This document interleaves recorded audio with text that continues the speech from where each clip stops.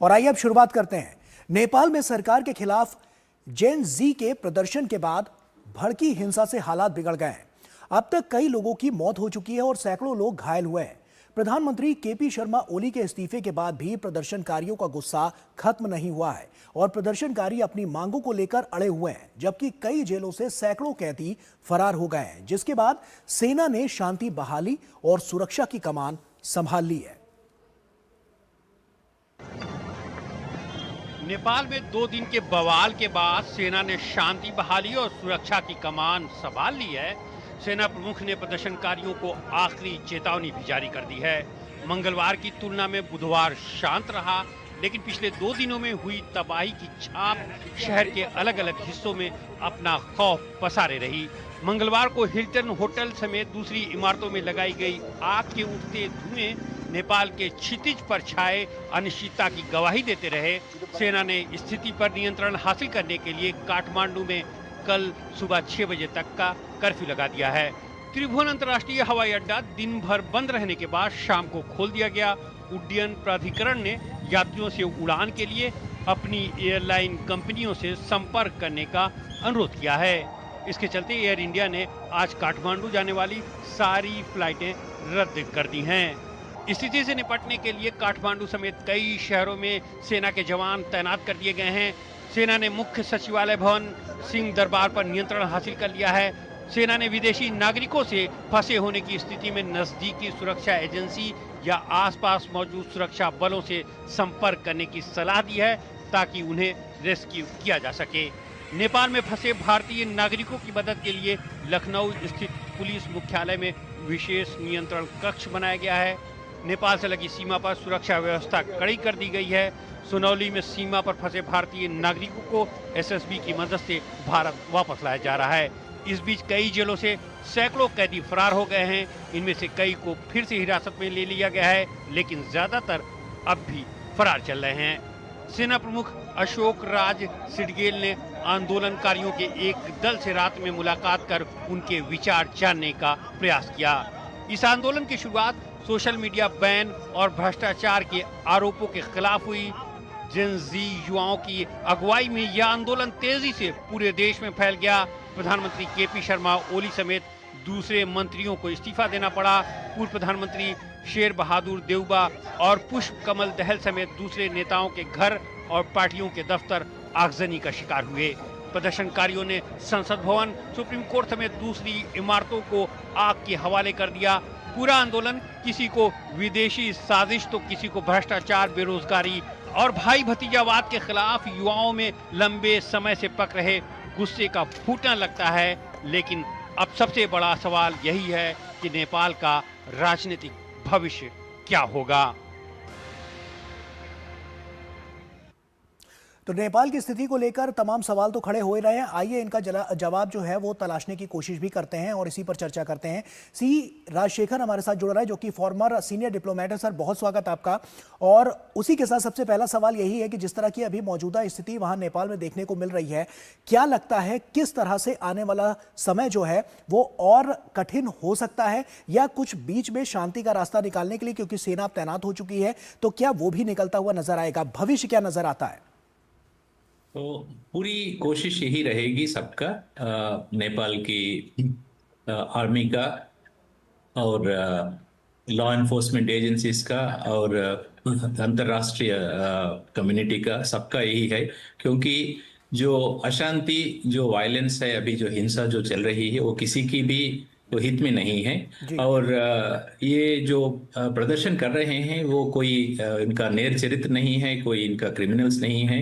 उनके जो मुद्दे हैं, जो भ्रष्टाचार का और जो अब्यूज ऑफ पावर का और भाई भतीजावाद का और बेरोजगारी का, इसके बारे में थोड़ा कंसल्टेशन हो, उनको आश्वासन दो और ये वापस शांत की तरफ चले, यही सबकी उम्मीद होगी। हमारे प्रधानमंत्री जी भी एक स्टेटमेंट दिया कि जो मर गए हैं उनके बारे में संताप व्यक्त किया है और यही चाहते हैं कि हिंदुस्तान यही चाहता है कि हमारे खास पड़ोस भी है और दोस्त भी है नेपाल में जितना जल्द से जल्दी वहाँ शांत सुस्थिरता वापस आए और इस तरफ सब मदद करेंगे।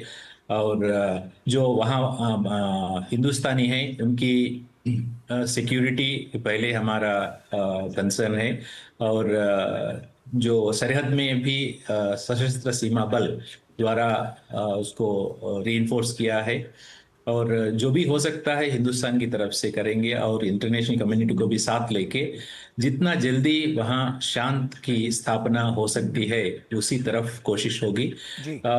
आज शाम एयरपोर्ट ऑपरेट हो रहा है, और कुछ कुछ अच्छे संकेत आ रहे हैं।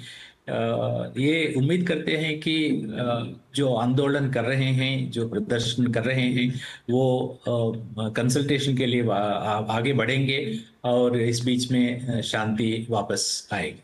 निश्चित तौर पर राजशेखर जी, ये उम्मीद तो लगाई जा रही है, लेकिन साथ ही सवाल भी खड़े हो रहे हैं कि ऐसी आखिर स्थिति आखिर उपजी क्यों? क्योंकि साफ तौर पर हमने देखा कि युवाओं का जिस तरह से इसमें पूरा जो आगे निकलकर जो बातें निकलकर सामने आई कि 13 साल से लेकर 28 साल की उस उम्र के युवा जब आगे बढ़ते हैं तो इस तरह की क्रांति साफ तौर पर नजर आती है। इन हालातों से नेपाल को निकलने में कितना वक्त लग सकता है? क्योंकि साफ तौर पर हमने देखा प्रदर्शन काफी उग्र था, तमाम आगजनी भी हुई, उसके अलावा भी विरोध वहां पर दर्ज किए गए। तो आपको क्या लगता है कि इस तरह की स्थिति से निपटने के लिए इस तरह के देशों में, जैसे नेपाल की जो बात हम कर रहे हैं, वहां पर अभी आगे कितना समय लग सकता है? हाँ, पहली बात यह है कि जो हम अपने निजी गृह में भी देखते हैं, घर में भी, कि जो यंगस्टर्स हैं, बच्चे हैं, टीनेजर्स हैं, एडोलेसेंट्स हैं, उनके लिए स्क्रीन ही सब कुछ है, जो सोशल मीडिया ही सब कुछ है। उनको जो व्हाट्सअप हो, जो फेसबुक हो और यूट्यूब हो, उसी दुनिया में रहते हैं। अगर किसी बच्चे से, जो माँ बाप हो, परिवार वाले, अगर वो छीन लिया, सोशल मीडिया से थोड़ा दूर रखा, तो बहुत ही वायलेंट तरीके से, बहुत ही हिंसात्मक तरीके से घर में भी ये रिएक्ट करते हैं। वैसे ही जो कलेक्टिव जो आ गया है, तो इनका कोई ऑर्गेनाइज्ड नहीं है, और इसको कोई बाहर से भी इसको बढ़ाने वाला, इसको समर्थन देने वाला और इसको और इंस्टिगेट करने वाला नहीं है। इसलिए ये उम्मीद कर सकते हैं कि जल्दी ही ये सिचुएशन कंट्रोल में वापस आ जाएगा। जो आप देखते हैं, विजुअल अभी दिखा रहे हैं, वो बातचीत भी कर रहे हैं। बांग्लादेश में भी कुछ ऐसे ही हुआ है। बातचीत करने के बाद अगर सरकार को बदलना है तो वो भी बातचीत के दरमियान सब कुछ हो सकता है, क्योंकि हिंसा से कोई हल नहीं निकलता है, ये सबको मालूम है। इसलिए इसी तरफ बढ़ता हुआ जो मूवमेंट इसी तरफ इंडिकेट कर रहा है। निश्चित तौर पर, क्योंकि शांति की अपील तो की जा रही है, लेकिन अभी भी व्यवस्थाएं जो हैं वो चरमराती हुई नजर आ रही हैं। ऐसे में आपको क्या लगता है कि अगर राजनीतिक परिदृश्य से देखें तो आने वाला समय अब कैसा होगा? क्योंकि जब नई सरकार बनेगी तो उसके साथ साथ क्या क्या चुनौतियां हैं जो आपको सामने नजर आ रही हैं, जिनको सबसे पहले हल करना होगा?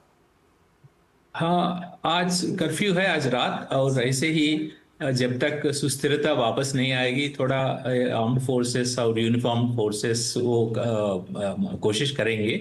और जो मुद्दे हैं, जो सोशल मीडिया के बारे में जो रिस्ट्रिक्शंस लगाया है, उनके बारे में कहाँ सही है, कहाँ तक वो रिस्ट्रिक्शन होना चाहिए, कहाँ लिबर्टी देना चाहिए, और जो उनका जो खास मुद्दे हैं, हर साल ये स्टैटिस्टिक्स निकलता है कि हर साल 8-9 लाख लोग, बच्चे, युवा, नेपाल छोड़ के रोजगार के लिए बाहर निकल रहे हैं। तो इसका मतलब है वहाँ बेरोजगारी बहुत ही ज्यादा भयानक है। तो इस स्थिति में समाज में ये एक बम जैसा है, विस्फोट का होने के लिए कभी भी। तो रोजगारी, भ्रष्टाचार और नेपोटिज्म, जो भाई भतीजाचारा, ये अब्यूज ऑफ पावर, इनको देखना है। और जो आंदोलन करते हैं, प्रदर्शन करते हैं, वो लोकतंत्र में एक हिस्सा है। जो उसके जो नाराबाजी करना है, और जो आग्रह करते हैं अपने नियुक्त किया रिप्रेजेंटेटिव से, यही मांगते हैं कि भाई जनता की सुनो। अगर वो सुनते नहीं हैं और हिंसात्मक रिएक्शन होता है, तो नेचुरली तो वो विस्फोट की तरफ होगा। मगर ये बहुत ही ज्यादा हो गया है। आज कर्फ्यू के बाद कल सुबह तक ज्यादातर ये स्थिति कंट्रोल में आने की उम्मीद है। दुनिया के और भी देशों पर अगर नजर डालें तो साफ तौर पर अभी हाल ही में हमने तमाम देशों को देखा। श्रीलंका की स्थिति कैसी थी वो भी किसी से छिपी नहीं थी। इसके अलावा बांग्लादेश में स्थिति क्या रही वो भी सामने आया, और उसके बाद बाद अब नेपाल। हम अभी भी देख रहे हैं कि चाहे बांग्लादेश हो, चाहे इसके अलावा श्रीलंका की बात कर लें, वो अभी भी कहीं ना कहीं उसे उबरने की कोशिश कर रहे हैं। तो ऐसे में नेपाल में जो स्थिति है, क्या इससे उबरने में भी उन्हें काफी वक्त लग जाएगा? हालांकि हालात जो है वो धीरे धीरे करके सामान्य तो हो सकते हैं, लेकिन इसके अलावा जो अर्थव्यवस्था को जो करारी चोट पहुंचती है, क्या वो भी एक बड़ा फैक्टर होगा जिसको आने वाले समय में बहुत समय लग जाएगा उसको पूरी तरीके से ठीक होने में?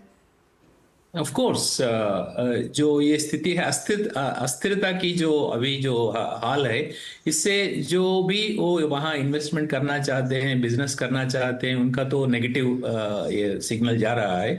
इसलिए उनका भी भला नहीं होगा। जो जो जो मकसद से वो कर रहे हैं, तो रोजगार चाहिए के लिए, तो इसके लिए तो निवेश, जो इन्वेस्टमेंट चाहिए, ट्रेड चाहिए, टेक्नोलॉजी चाहिए, जॉइंट वेंचर्स चाहिए।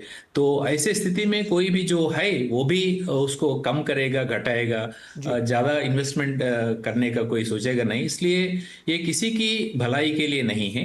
और ये भी वो देखते हैं कि बगल में जो बांग्लादेश का और श्रीलंका का भी वो देखे, तो उनको भी वो पता चलेगा कि ये अस्थिरता किसी के हित में नहीं है।